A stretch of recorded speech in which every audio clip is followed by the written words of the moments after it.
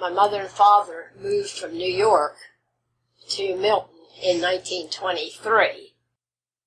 And he started working at Lippincot's button shop. I just hear what they'd say about the buttons, the factory. There was just one way to cut buttons, and that was it.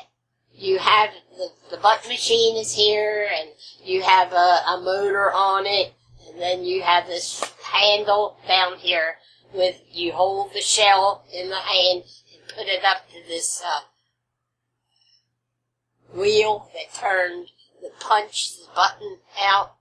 There's a tool that went in it, and I know you kind of had to turn your head a little bit to see that you were getting this tool right at the right place on this shell to do the button. So you really had to pay attention to, I think, what you were doing when you were cutting buttons more.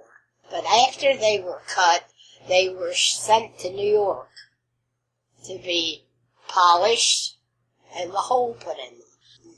I remember that at Christmas time, the buttons, looking like Lippincot's button, they would give each one of their employees a very nice gift.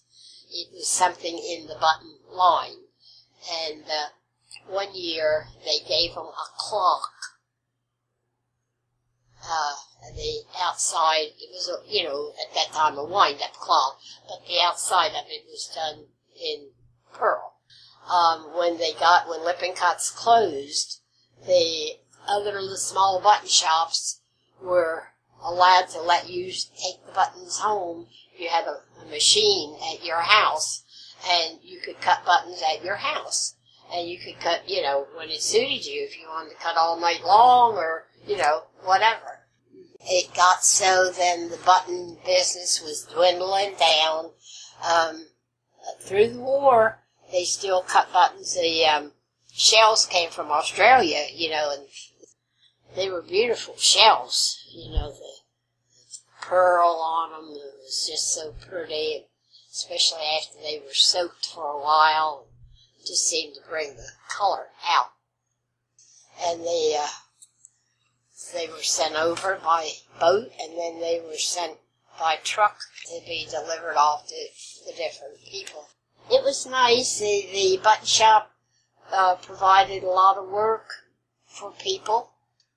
My father had the little button shop in the one part of the feed room of the chickens. We raised chickens during the war. He worked at home by himself. The Lippincott business was out, and there was several small button cutting businesses. I don't know how much. I think they were paid by the pound for the good shells. That I have a little ring my father carved out of a piece of button. The shell was the thick piece. Sometimes you got pieces hung on to what they needed. And he had this, I was a kid at that time, but I still have the little ring. And it just fits my little pinky finger. But he carved it, it's all one piece, out of this shell. I thought I had everything when I had that little ring, And I treasure it today. It was a process that you had to learn how to do to cut these buttons, and it was the same people, once they had a job and knew the art of doing it, they kept that, and yeah.